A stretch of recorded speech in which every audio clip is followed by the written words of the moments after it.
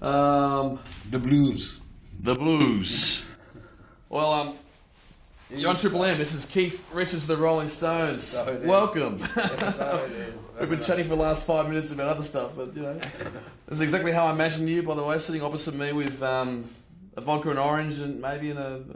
Yeah, I think you're a discerning chap. yeah. So the new album. I've been up all night. Do me a favour. Yeah, that's good. And you just got in from Vegas. You had the shows there, or one show there, and then of course Desert Trip, which must have gone down pretty well. Yeah. The desert was very interesting. I mean, we played festivals. We've done mills. You know, I mean. Yeah. It was kind of a weird setup, you know. I mean, but we're working with Bob Dylan, so I don't give a shit. You know? That's the thing, and everyone was so excited about that. That's the bill to me.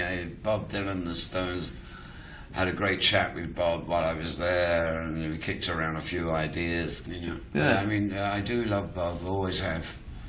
He's who can not? He gets the Nobel Peace Prize. You know what I mean? Exactly. Yeah, that was for putting pen to paper. Nice surprise. About time. Apparently, I was supposed to get it for chemistry, but. Well, tell you what, you've outlived a lot of people, and I reckon you should get one for that as well. Outliving's got anything to do with it. It's just the way I outlived them. Yeah. Yeah. There's an expertise here, which I know nothing about, but other people seem to think that I have got a handle on chemistry. Bull crap. I just say, don't do as I do. Is that what you say to the kids? Yeah, no, it's not for everybody. Yeah. Anyway, I mean, all of that stuff, I mean, I carry that around like the ball and chain, you know. That was then. I was having fun then. But, hey, I'm a mature, grown, older statesman now. You know. So, a lot of people don't know, you were in the choir, you know, you were, and you did, you know, the big, huge churches in London, Westminster Abbey, I think was one. Yeah. And you went from that to being Keith Richards. Straight down the first pink slip. You're fired. The voice broke. You know, don't. Yeah. So I had that lesson really early on, even though I had no idea at the time of like being part of show business or even performing.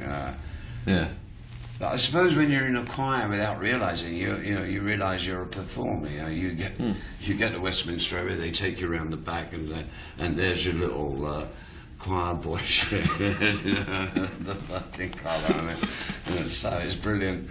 And we're the three worst reprobates in the school already, but we're the only ones that can sing. And obviously pretty good, otherwise we wouldn't have got there. But at the time, I didn't think it was any big deal. It was like a bus trip to London, and we just go and sing, you know. I mean, there's no like grandeur about it, you know. You're a bit overawed with the Abbey and everything like that. But at the same time, when you're doing a gig, you're concentrating on your hallelujahs. Did you ever want to be the lead singer, or did that ever cross your mind, or were you always happy with, being the legendary as a guitarist? Did you ever sort of?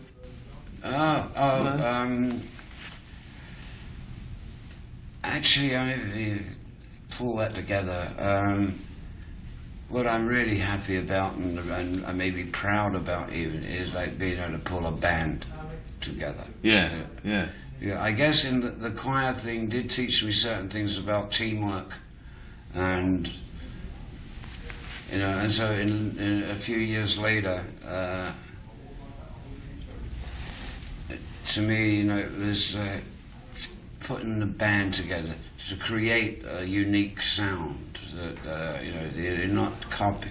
Hey, you've got to do a lot of copying when you're learning. You're always influences and stuff, but to get a bunch of guys together that can create their own sound, you say it's definitely them. Even if you're blind and deaf, you still feel the rhythm. I'm blessed with working with people like Charlie Watts, Mick Jagger, obviously, Yeah. You know, Yeah. we have our things about how Stones should go here and there, but that's just shit that people. If you didn't hear have about. that, you wouldn't be where you are now. No. Yeah. There's a little push and shove here and there, but I mean, what makes a pearl? You know, it's that little bit of grit, you know, in an oyster. So I take that as it comes. We actually got along. Making this blues record was like, to me, it was such fun because I saw Mick getting carried away with what he's really good at, and like giving him all the space and air that you don't get when you're cutting necessarily, songs you've written yourself and you're trying to figure out things. It was like this record just sort of happened on us. It Well, I heard it imposed itself. I heard from Ronnie that he was saying how Mick got excited about the creative process and where to put a harmonica solo or harp solo or putting these songs together from hearing them on an iPhone. Yeah, no, it was something that Mick does totally naturally. I can't think of any other exponents of that kind of music around. He is an incredible harp player, and he also has that thing when singing, to know when to put the harp in and when to pull back. This is this stuff that's sort of built into you. You don't, you've learned it many years ago and you don't use it often. But to me, this record is a beautiful showcase for Mick's expertise, and also to capture him in full flow, enjoying himself. Instead of like working on things. And it was like, so once I called Ronnie up a few weeks before the session. I said, get this blues track down, just because we might need it to get the sound in the room together, and we don't want to waste our efforts on a new song, while you're working in a new room. And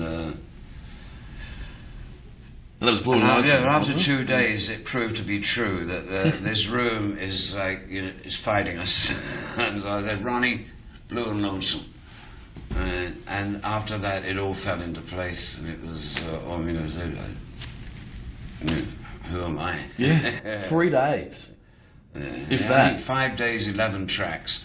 Now that is a record in itself. For the Stones, anyway. Yeah. So it was obviously different as opposed to writing a new song. You're able to. Yeah, I think maybe the pressure off of writing the song, saying this is my song, and just be doing other people's songs and songs that we've always loved, and sort of built in. This is how the band started. This record is basically the Rolling Stones that are about 20 years old, except we can do it better now. So also it can be recorded better.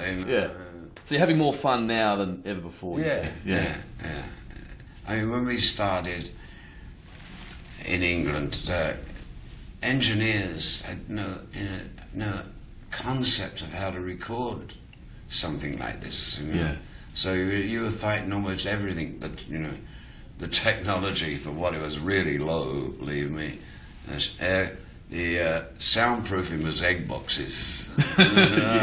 Still is. The recording machine was a Grundig, and it was set on the wall, which made it look more professional. Right. Than if it was lying on the bloody table, And it was like, otherwise, and it was, that first album was but I don't know, there's always been a certain fascination, especially for Mick and myself, about recording.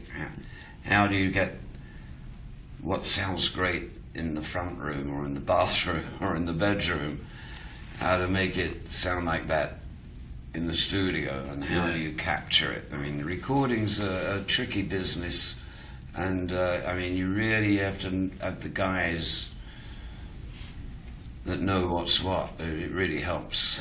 And I'm talking about Mr. Charlie Watts specifically. He did a great job. And he did a great job, man. And one of the best in the world. He's up there. And the blues is something you guys have always been fans of growing up with it, the early stuff especially. We were a blues band to start with, Yeah. you know, and that was, all of this stuff would be, nearly every one of those songs would be part of a normal Rolling Stones set in 1962. Yeah, You know. yeah. And in fact, one of the songs on the album was in the first set, wasn't it? It was one of the songs was performed at the Marquee Club at your very first gig, wasn't it? I'm trying to think. Yeah, there's probably. I think it was Write 'Em On Down. I think it was. Write 'Em On Down. Yeah. And I mean, these songs were like our bread and butter. You know? Yeah. And this is our ambition was to be this really hip, cool blues band, the best blues band in London. That was the size of the ambition. It was just to be, you know, you want to hear some good shit. You know, you go see the Stones, you know, and we'd have, you know, 4 or 5 gigs a week. Pretty cool, you know. You're getting a few bits of bread, you know. You're getting the chicks. But that was the height of ambition until suddenly, boom. Probably the Beatles obviously had a lot to do with this, because I don't think without them we would have been totally unacceptable, you know, on a mass basis or you know, but they kind of opened here, and once that happened, the sort of floodgates opened, and I mean, they surprised us. I mean, because we thought we were the only guys in the country, in England. You know, it's a very small country. Yeah. It seems large when you're living in it, and that's all you know. Bunch of guys in Liverpool up there. You know, I mean, actually they're a vocal group. I mean, but at the same time, another band into rhythm and blues. It was like a revelation to us. And you had the Who. We were a revelation to them and all. Yeah. Now, who were you listening to when you were growing up? Who passed down all this music? I mean, but then you go to, I mean, I had to go to Mum, really. Yeah. BBC, great taste in music, Duke Ellington, Sarah Vaughan, jazz, basically, most of it, you know, some blues thrown in, but if you were lucky.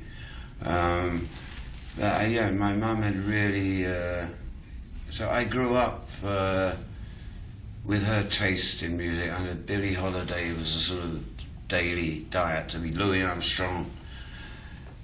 So I got a good grounding in music without even knowing it. Yeah. So when I got into playing blues, it wasn't a long hop for me.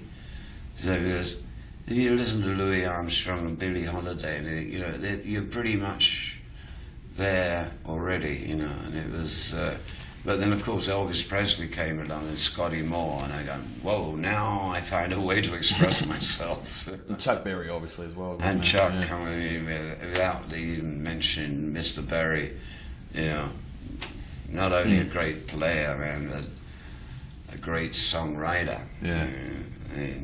Up there, I think I should have got the one actually that Bob got. Oh right, yeah.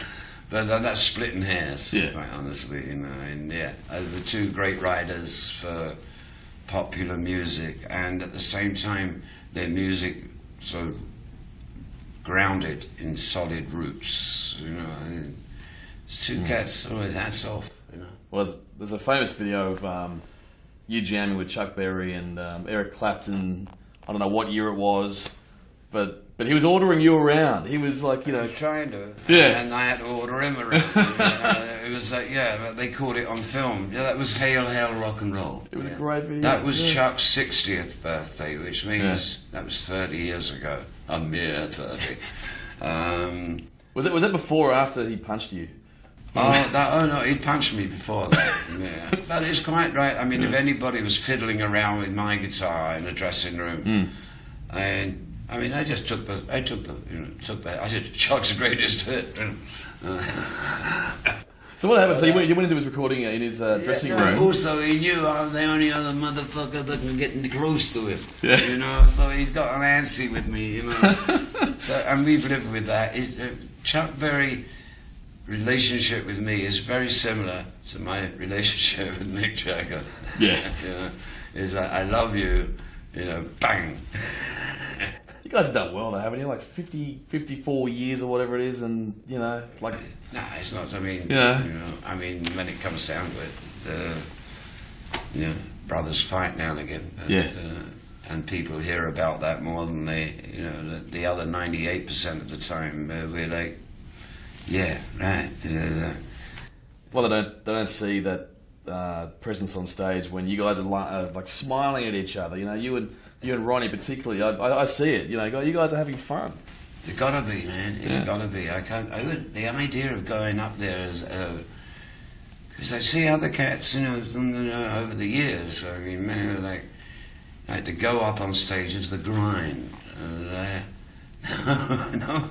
not for this lot. You know, it's like, let me out the cage, get some peace and quiet, you know, and turn people on. It's I always want to play Satisfaction better than I played it the night before, and I'm still finding new ways of. Weird thing is, you see,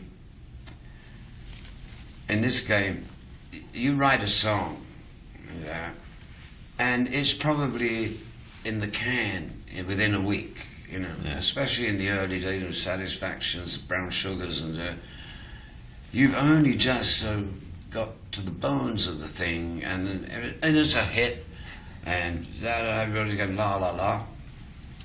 But you realise you don't really know this song yet, and it'll take another. You can play it for another 50 years on stage and go, I wish I'd put that lick on the record, you know. And it's still evolving for you, you know. So as long as it goes like that, I ain't got no beef with nothing, you know.